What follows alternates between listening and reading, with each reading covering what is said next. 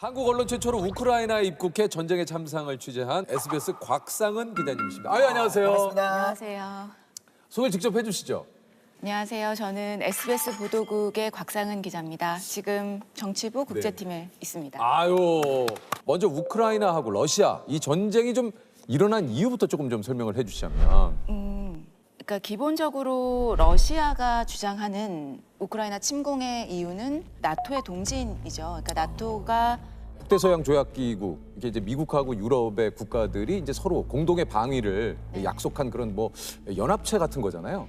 네. 러시아는 그 나토의 주된 타겟이 되는 게 러시아라고 생각을 하고요. 그렇죠. 그래서 예. 나토가 점점 동쪽으로 러시아 국경 쪽으로 다가오는 것에 대해서 위협으로 느낀다. 그렇죠, 그리고 과거 90년대에 나토하고 러시아 쪽에서 같이 합의한 내용에 따르면 나토는 더 이상 동진하지 않기로 했는데 계속 동진을 하고 있다라고 하면서 이 부분을 다시 되돌리거나 서방 국가들이 문서로서 보장하라, 더 이상 동진하지 않겠다는 것.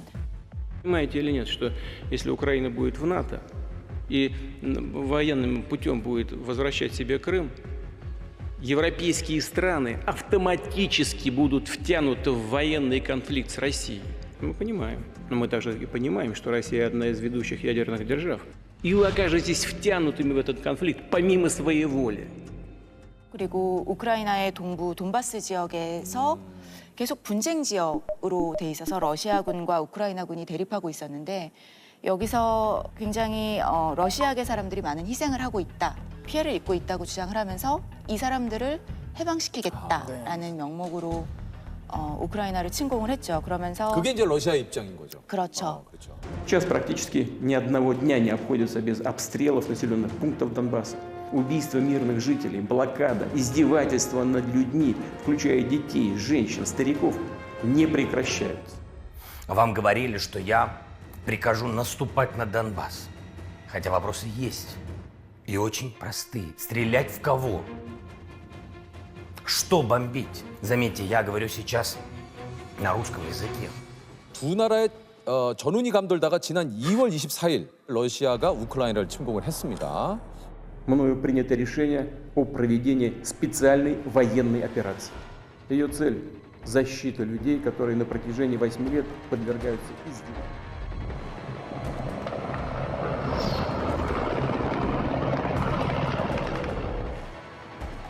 21세기의 유럽에서 이런 규모의 전쟁이 일어날 수 있다는 것에 대해서 많이 충격들을 받았고 맞아요. 그 과정에서 러시아가 여전히 유럽 대다수 국가들에게 위협이 될 수밖에 없다는 것을 다시 한번 깨닫게 하는 계기가 됐죠. 그리고 푸틴 대통령이 여전히 구소련 체제, 소련 체제에 대한 향수를 갖고 있는 것 아닌가. 그것이 굉장히 현대 사회에 위협이 되고 있다라고 생각을 하게 된 것 같아요. 그래서 더 많은 국가들이, 북유럽 국가들이 또 나토에 들어가겠다고 지금 그렇죠, 그런 그렇죠. 움직임이 핀란드도 생긴 지금 거죠. 이제 나토 가입을 네, 또 선언을 추진하고 했고요. 전쟁 발발 후에 바로 취재를 가신 겁니까? 저희가 전쟁이 나기 며칠 전에 첫 번째 선발대 팀이 출발을 했어요. 그리고 전쟁이 나고 나서 가겠다고 의사를 표명한 기자들 중에서 제가 일단 2차로 가게 됐죠. 가게 되신 거예요. 네. 직접 지원을 하신 겁니까? 지원하지 않는 기자는 보낼 수가 없어요. 이게 근데 그 여권법이 있어가지고 우크라이나로 바로 들어가지는 못하셨어요. 네, 맞아요. 그때까지만 해도 외교부가 그 여행 금지 국가로 지정을 하고 나서 가족이 우크라이나에 있는 그런 교민들조차도 다시 우리가 들어가는 것을 허락하지 않는데 언론도 절대 허락해 줄 수 없다. 이런 입장을 고수하고 있었어요. 기자님이라도 함부로 들어갈 수가 없는 거군요. 현행법 위반이 그렇죠. 되니까요. 네. 현행법 위반. 그것 때문에도 많은 이슈들이 현재 있고요, 맞죠? 네, 그래서 처음에는 그러니까 저희 취재가 우크라이나와 국경을 맞댄 나토 회원국들이죠. 폴란드나 루마니아 국경지대로 많은 우크라이나 피난민들이 몰려오고 있었어요. 그래서 그 사람들을 취재하기 위해서 국경지대로 가게 됐고요. 근데 제가 가서 보니까 우크라이나 부주지사가 와서 인터뷰를 하는 거예요. 그러니까 나토 회원국들, 루마니아 국민들한테 감사하다 하고 인터뷰를 하고 다시 또 우크라이나로 들어가는 거죠. 그래서 피난민들이 나오는 루트뿐만 아니라 우크라이나로 들어가는 루트도 이 정도라면 안정적으로 통행이 가능한 거 아닌가라고 생각을 해서 그때부터 이제 얼마 정도의 거리가 걸리는지 그리고 만약에 체르니우치에서 긴급한 상황이 되면 어떻게 나토 회원 국가로 빠져나올 수 있는지 대피를 이런 해야 것들을 되는지. 그런 것들을 사전 취재를 해서 외교부의 설득 작업에 들어간 거죠. 네, 제가 지금 있는 이곳은 우크라이나 남서부에 위치한 도시 체르니우치입니다. 우크라이나 취재 계획과 경로를 정부에 전달한 지 약 보름 만에 최대 2박 3일 동안 취재를 진행할 수 있는 허가증을 발급받아 전쟁 발발 후 한국 언론으론 처음으로 우크라이나 땅을 밟았습니다. 루마니아 쪽 국경을 넘자 무장 군인들이 지키는 우크라이나 국경 검문소가 눈에 들어옵니다. 작정을 하고 마음을 먹고 갔지만 이게 전쟁 상황이고 말 그대로 미사일이 또 언제 떨어질지 모르는 그런 상황인데 좀 걱정되지는 않으셨어요? 그러니까 우크라이나의 어떤 지역도 미사일 발사의 위험에서 안전한 지역은 없어요. 없죠. 그러니까요. 하지만 예, 예. 지상군끼리 교전을 벌이는 지역들은 또 아니거든요. 그래서 예를 들면 돈바스라든가 마리우폴 같은 데는 지상군이 들어와서 시가전이 벌어지고 총격전이 벌어지고 그래서 뭐 부차나 이런 곳에서 굉장히 대량 학살이 벌어지고 이런 지역은 아니어서 사실은 많은 분들이 굉장히 걱정해 주셨는데 제가 아니었어도 아마 다른 사람들도 그렇게 했을 것 같고 먼저 들어가게 된 것뿐이지 다른 기자들도 지금 계속 들어가고 있고요. 그래서 뭐 이게 사실 뭐 가장 이 힘든 상황에 계신 분들이 이제 우크라이나에 계시는 진짜 네. 우크라이나 국민 여러분들과 도움을 주시기 위해 가신 많은 분들이 또 진짜 그곳에서 노력을 또 하고 계신데 우크라이나 국경 지역인 루마니아 시레트에 도착을 했을 때 당시 상황은 좀 어땠습니까? 제가 그날 밤에 도착해서 아침 일찍 촬영을 나갔는데요. 이른 아침부터 피난민들이 정말 끊임없이 들어오고 있었어요. 그래서 우크라이나는 지금 특별한 사정이 없는 한 건강한 성인 남성들은 국경을 벗어날 수가 없어요. 동원령이 내려져 있기 때문에. 그래서 대부분의 국경을 넘는 사람들이 아주 어린 자녀들을 손을 잡고 오는 어머니들, 어린 손자, 손녀들을 데리고 나오는 할머니, 할아버지들 이런 분들이세요. 근데 루마니아 국경을 넘는 순간 굉장히 한편으로는 우크라이나를 벗어났다라는 것에 대한 안도감 그리고 동시에 거기에 남편, 아들 그렇죠. 그리고 아버지를 두고 왔잖아요. 내가 안전한 곳에 왔지만 마음까지 편할 수는 없는 거죠. 그런 그렇겠죠. 굉장히 네. 복잡한 신경들을 가지고 있었어요. 어. У мене душа вмирає, чесно. Дитина це відчуває. Наш хлопець чисто. Наш тато, наш дідусь, брати всі лишилися там. Мій чоловік зараз в Україні, він в Києві, і там дуже страшна зараз ситуація. Але він там. 우리 거기 계신 분들하고 좀 이야기를 또 많이 나눠보셨을 것 같은데 네. 어떤 이야기들 좀 하시던가요? 전체 출장 기간을 따지면 한 달 넘게 있었는데요. 그렇군요. 생각나는 분들이 되게 많이 있어요. 네. 제가 체르니우치에서 만난 젊은 커플이 있었는데 동영상을 보여주는데 정말 그 바로 앞에서 계속 로켓이 떨어지는 거예요. 그런 것들을 다 찍었더라고요. 지하에 숨어 지내던 부부는 집 마당에 로켓이 떨어지자 결국 피난을 결심했습니다. 근데 그분 같은 경우는 알고 봤더니 와이프가 만삭이었고 그리고 본인은 이틀 뒤에 군대에 들어오라는 입영 통지서를 받은 상태였어요. 젊은 남성이었기 때문에. 폭발을 가까스로 피해 이곳에 도착했지만 남편은 이틀 뒤 입대하란 징집 통보서를 받았습니다. I'm not scared to fight against these occupational militaries, but I'm very scared for my wife. 아내는 현재 만삭, 낯선 도시에 혼자 남아 아기를 낳아야 합니다. My husband leaves me. I don't know anyone here. I need to change my life completely. 담담하게 인터뷰를 이어가려 애쓰던 부부는 끝내 취재진 앞에서 서로를 안고 오열했습니다. 그리고 제가 루마니아 들어갈 때 만난 아프리카에서 직업을 갖고 일을 하다가 고국에서 전쟁이 났다는 얘기를 듣고 직장을 그만두고 다시 고국으로 싸우러 들어가는 오데사의 시민분 인터뷰했었는데요. 참전을 앞둔 그의 눈빛에선 두려움이 읽히지 않았습니다.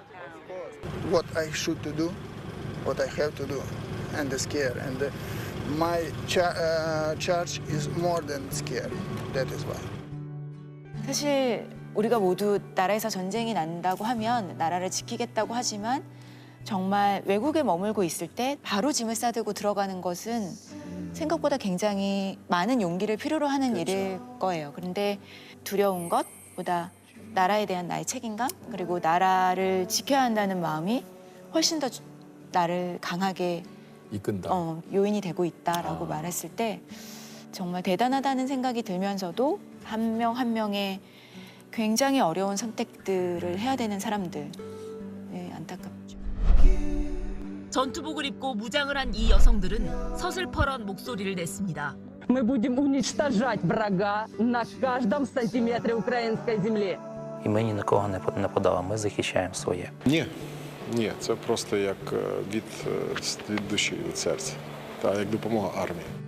미국과 영국 등 전 세계에서 러시아군과 싸우겠다는 사람들이 몰려들면서 우크라이나의 다국적 민병대는 2만 명을 넘은 것으로 추산됩니다. 그분들이 공통적으로 기자님에게 좀 전하고 싶은 메시지가 있다고 그래요.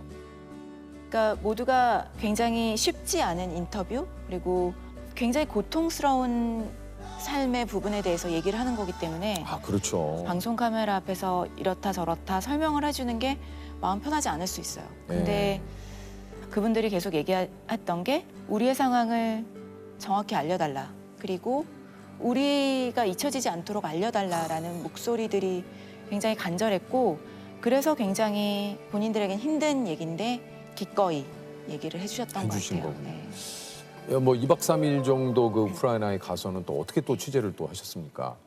일단 군부대를 좀 취재를 하고 싶었어요. 근데 군부대에 들어가는 것은 보안상의 이유로 성사되지 못했지만 군인분을 나와서 인터뷰를 했고요.